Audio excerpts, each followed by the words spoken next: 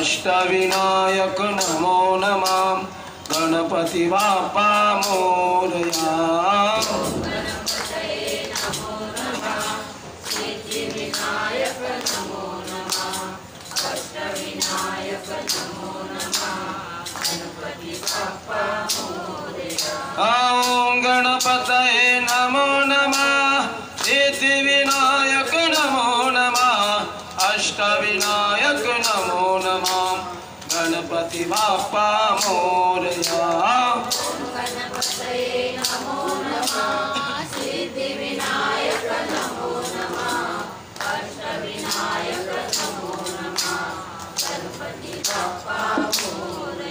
ओम गणपतये नमो नमः सिद्धिविनायक नमो नमः अष्टविनायक नमो नमः गणपति बाप्पा मोरया। बोला गणपतये नमो नमः सिद्धिविनायक नमो नमः अष्टविनायक नमो नमः गणपति बाप्पा मोरया।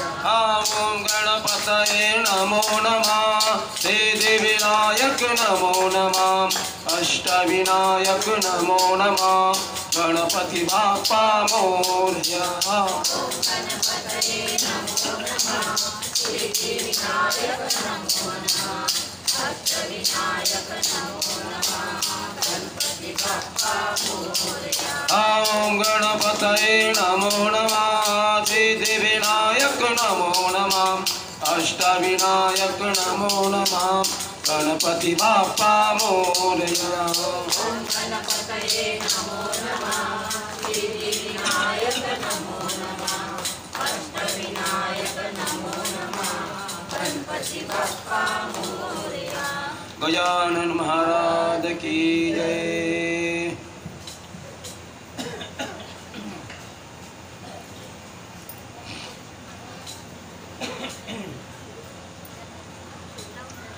बघा जीवनात मध्ये सांगत असतो का जन्माला आल्यानंतर 7 दिवस माणसाची आहेत. किती? या 7 दिवसामध्ये मनुष्य जन्माला येतो आणि 7च दिवसामध्ये मृत्यू पावतो. पाहता पाहता 7 दिवस काळ संपले आपले आणि केलेल्या कार्याचा आढावा जो असतो तो आपल्याला 8व्या दिवशी त्याचं उद्यापन करावं लागतं. कोणी तेरवी रूपानं करतं, कोणी पिंडदानाच्या रूपानं या देहाचं नाही का उद्यापन करतं. तर आपण हा जो श्रीमद भागवत महापुराण कथा जे श्रवण करत आहात सर्वांनी एक मतानं एक चित्तानं तुम्ही, तर त्याचा उद्यापनाचा दिवस आजचा आपला उजाडलेला आहे. ते उद्यापन, कारण कोणतेही कार्य म्हटलं का त्याचं उद्यापन झाल्याशिवाय ते पूर्णत्वाला जात नसतं. म्हणून आणि सर्वात महत्वाचं हे आहे का आजपर्यंत ज्यानं भागवत ऐकलं नसेल आणि आज शेवटच्या दिवसाला जर त्यानं या काल्या रूपामध्ये जर तो सामील झाला तर त्याला त्याचा न्याय पूर्ण भेटल, पण त्याचा अंश त्याला अवश्य भेटल्याशिवाय राहत नाही. हे काल्याचं महत्व आहे दादा. काला काय हे मी कीर्तनामधून तुम्हाला विशद करेन नाही का. आज आपल्याला राहिलेला जो भाग आहे काल त्यातला उर्वरित तो भाग आपल्याला घेणे आहे नाही का. तर आपण काल बघितलेलं आहे, तुम्हाला मी असं सांगितलंही होतं का भगवंता, मी बोलता बोलता बोलून गेलो का भगवंतांनी या नगरीमध्ये ज्या लीला केल्या त्या लीला त्या गवळणीला आवडत होत्या. एक दिवस जर त्यानं चोरी नाही केली किंवा मळक्यामधलं त्या माठामधलं मडक्यामधलं दही जर सांडवलं नाही तर त्या गवळणीला पळत नव्हतं. त्या गवळणीला काही पळत नव्हतं. आणि म्हणून तर त्या गवळणी वाट बघायच्या, त्या गवळणी वाट बघायच्या हा कृष्ण केव्हा येईल आणि केव्हा माझं दही चोरून खाईल, एवढी आवडी निर्माण झाली होती भगवंताच्या प्रति गवळणींना.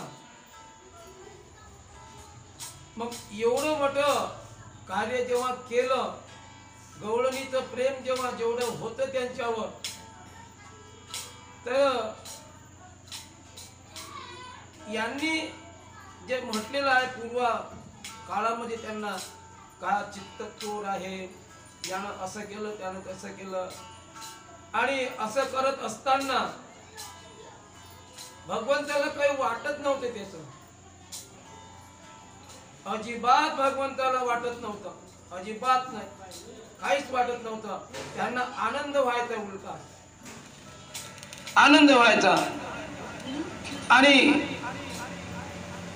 एवढं झाल्यानंतर भगवंत जेव्हा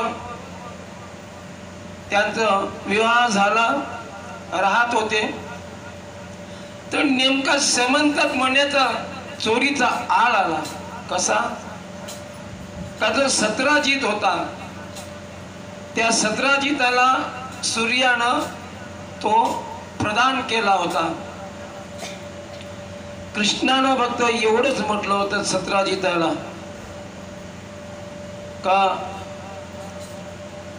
हा जो मणी तुमच्याकडे आहे, तुमच्या उपयोगाचा नाही, म्हणून तो मणी मला द्या, असं सतराजिताला कृष्णानं म्हटलं होतं. आणि नेमकं काय झालं?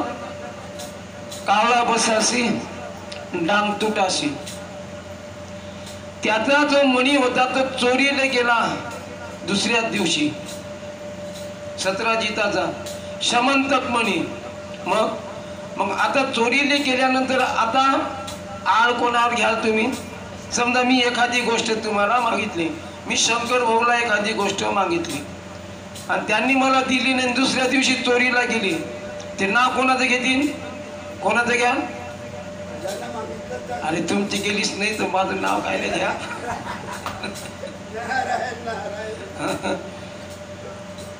परंतु असं झालं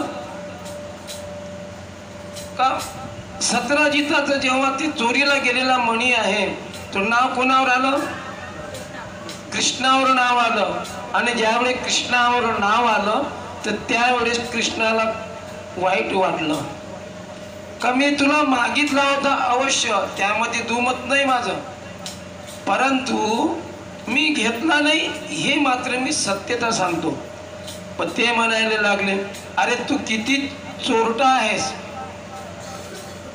तू नाही का, तू किती चोरटा आहेस, तू किती आतापर्यंत खोड्या केल्या, हे न करायला काय झालं तुला?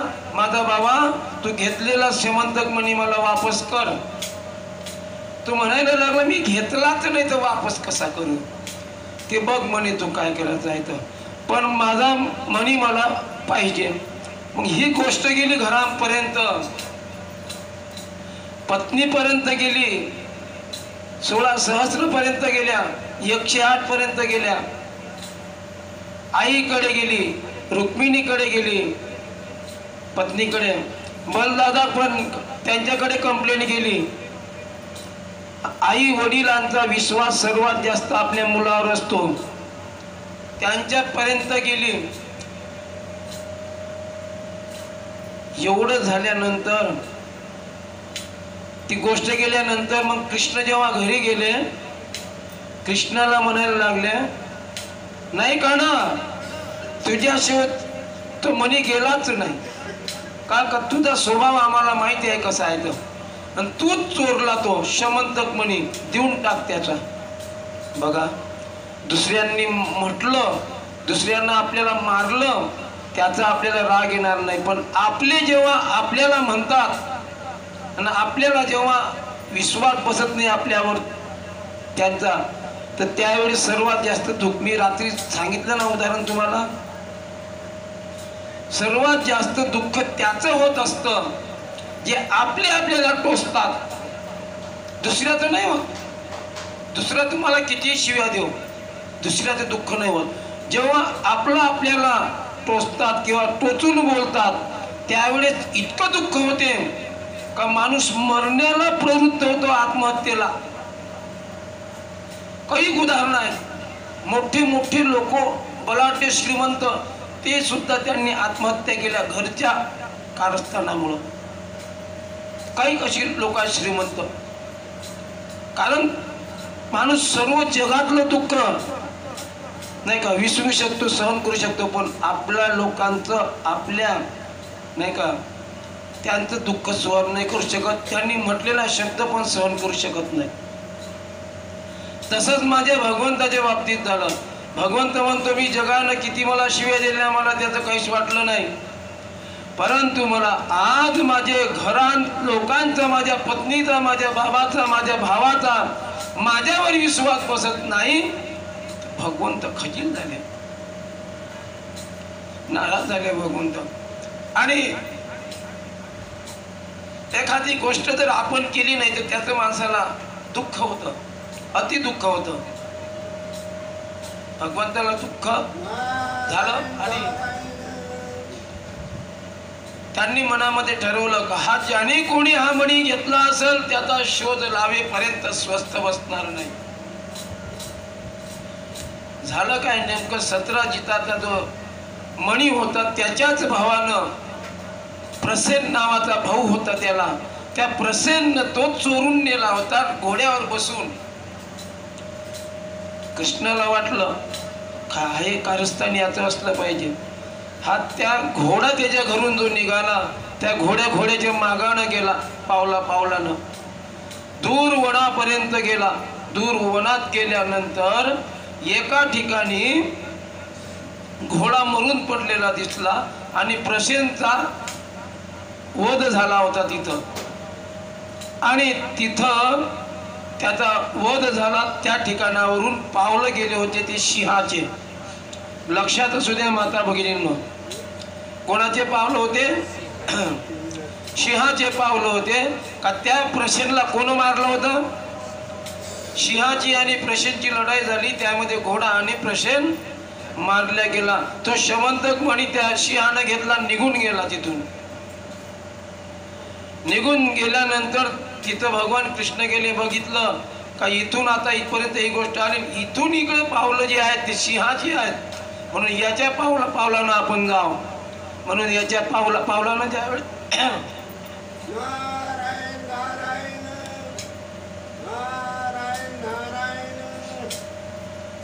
पावलानं जेव्हा गेले तर समोर जाऊन एक मोठी अशी गुहा होती. गुहा, त्या गुहेमध्ये भगवान डायरेक्ट गेले आणि गेल्यानंतर त्या गुहेमध्ये बघतोय तर एक सुंदर मुलगी, एक नाही का तिथं ती समंतक मण्यासोबत खेळत होती. सुंदर, अति सुंदर. तर हा बाबा गेला तिथपर्यंत आणि म्हणतोय अगं तू सुंदरी कोण आहेस? हा मणी तू कोठून चोरून आणलास? ती म्हणायला लागली तुम्ही कोण आहे? तुम्ही कोण? इथपर्यंत येऊन का कसे काय पोहोचले तुम्ही? बरं झालं का माझे पिताजी घरी नाहीत, नाहीतर तुम्ही एक सेकंद तुम्हाला लागला नसता. एक सेकंदामध्ये तुमचा नाही का. हा बाबा म्हणतो तुम्ही कोण? त्यांनी सांगितलं मग मी जामवंताची मुलगी आहे, माझं नाव जामवंती आहे. हा मणी माझ्या बापानं सिंहाचा नाश करून खतम करून त्याच्याकडून घेऊन आलेला आहे. मग हा मणी मला द्या असं जेव्हा म्हटलं ना भगवंतानी, तो मणी त्यांनी दिला नाही, पण त्याच वेळेस जामवंत येऊन तिथं टपकले. जामवंताला म्हणतात का जो मणी तुम्ही आणलेला आहे तुम्हाला द्या. तो म्हणे मणी असा तसा नाही घेतला, मी युद्धामधून जिंकलेला मणी आहे. हा सिंहाचं आणि माझं घनघोर युद्ध झालं, त्या युद्धामध्ये मी हा मणी जिंकलेला आहे आणि म्हणून हा मणी मी तुला देत नाही. दोघांमध्ये युद्ध झालं, घनघोर युद्ध झालं, घनघोर युद्ध झालं. जामवंत पण बस्सर जात नव्हते, भगवान कृष्ण पण बस्सर जात नव्हते. दोघांमध्ये एवढं युद्ध झालं, एवढं युद्ध झालं. शेवटी भगवान ते भगवंत आहेत.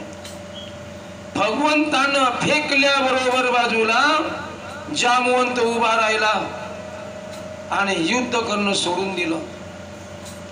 ओळखी द्या म्हणायला लागला, ओळखी द्या तुम्ही, मला फेकणारा या विश्वात पैदा नाही झाला. तुम्ही साधारण व्यक्ती नाही, कोणीतरी विशेष आहात. तुम्ही सांगा नाव तुमचं. मग त्यावेळेस भगवंतानं सांगितलं का मी भगवान कृष्ण आहो. मग त्यांनी म्हटलं का कृष्ण तुम्ही आहे, पण मला असं फेकून देण्याची किंवा माझा पाडाव करण्याची ताकद कोणाच मध्ये नाही आहे. पण हे घडलं कसं बघा, खूप मोठी रोचक कहाणी आहे. ज्या वेळेस त्रेतायुगामध्ये रामजीनं रावणाचा विनाश केला, उद्धार केला, तर त्यावेळेस सर्व सैनिकांना ज्यांनी ज्यांना द्यायचं त्यांना देऊन टाकलं.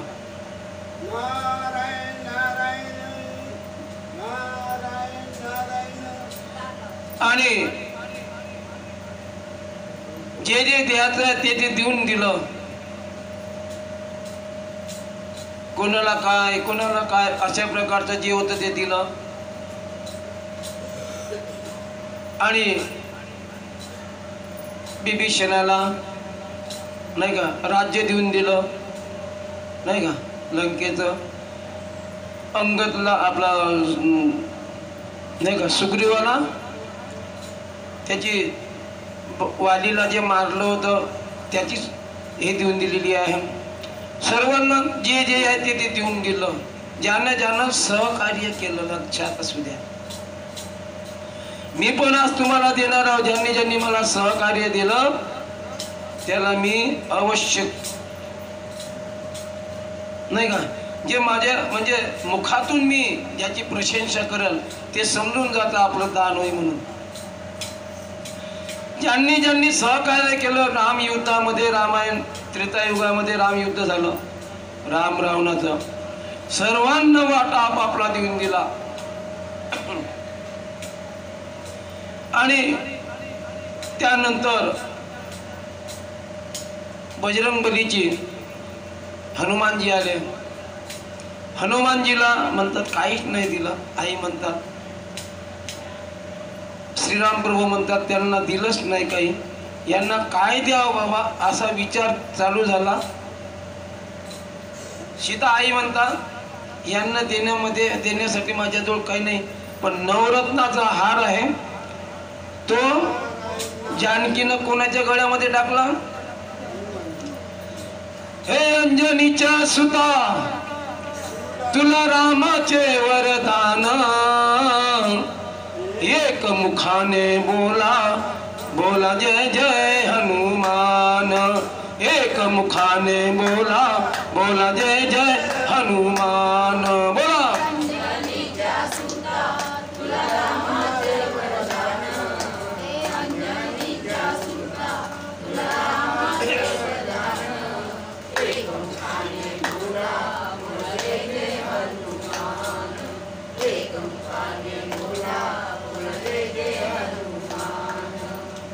तुला नवरत्नाचा जानिकेने घातला.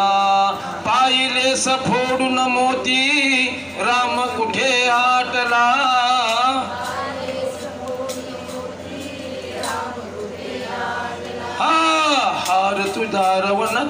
हार तुला नवरत्नाचा जानिकेने घातला. पाहिले सफोडून मोती राम कुठे आटला. उघडून आपली छाती दाविले प्रभू भगवान. एक मुखाने बोला जय जय हनुमान. एक मुखाने बोला.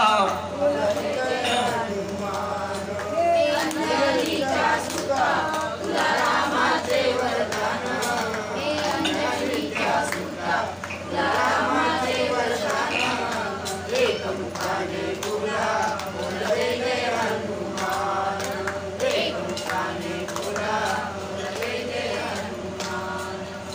मग हार तुला नवरत्नाचा जानिकेने घातला आणि पाहिलेच फोडून मोती राम कुठे आटला. आता ज्या वेळेस त्यांना दिलं आणि बजरंगबलीला असं वाटलं हनुमंताला का मला काहीतरी आईनं विशेष दिलं बाबा, सर्वांच्या पेक्षा स्वतःच्या गळ्यातला हार माझ्या गळ्यामध्ये टाकला, काही विशेष असं बघतोय. पण आता हे काय आहे मला काही समजत नाही. मग याच्यामध्ये काहीतरी असलं पाहिजे म्हणून धरला मोती का फोडला, धरला मोती का फोडला, काय मिळालं त्यामध्ये? धरून फेकून द्यायचे. काय मिळालं? माझा राम याच्यामध्ये. अरे ज्याच्यामध्ये माझा राम त्याच्याशी माझं काम, ज्याच्यामध्ये माझा राम त्याच्याशीच मला काम, बाकी काही घेणं देणं नाही. पाहिलेच फोडून मोती राम कुठे? अरे राम कुठं आहे? हृदयात राम आहे. आपले आहे का? आपले आहे का? अरे आपल्या जर रस्ता तर जाऊ द्या, त्या विषयाकडे मी बोलत नाही. गोपाल कृष्ण भगवान की बोला. राधे राधे राधे राधे राधे राधे. ज्याच्यामध्ये राम नाही त्याच्याशी काम नाही ठेवायचं, लक्षात असू द्या तुम्ही. पण जो राम घेत नसन बिलकुल त्याच्या बिलकुल जवळ जायचं नाही, त्याच्या दुरून जायचं. जो राम घेत नसल, म्हणून ज्याच्यामध्ये राम आहे तो माझ्या कामाचा आहे.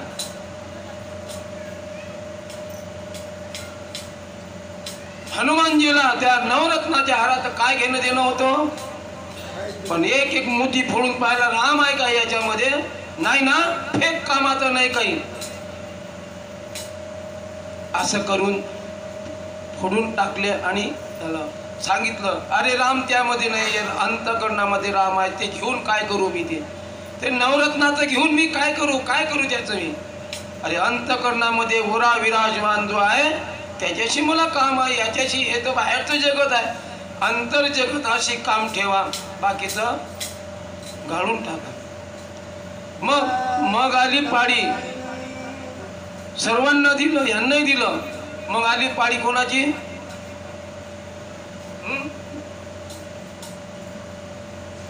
जामवंताची. बघा किती आशय निर्माण झालेला आहे या कथेशी, या कथेला जुळवलेला. हा त्रेतायुगातली रामकथा आणि द्वापार युगातली कृष्ण कथा कशी जुळलेली आहे. तर जेव्हा सांगितलं, सर्वांना मागितलं, दिलं, सर्व झालं. जामवंताची जेव्हा पाळी आली, जामवंतासारखा बलवान कोणीच नव्हता त्यामध्ये, वानर सेनेमध्ये. एवढा बलवान होता. तर त्यांना थोडा अहंकार झाला होता.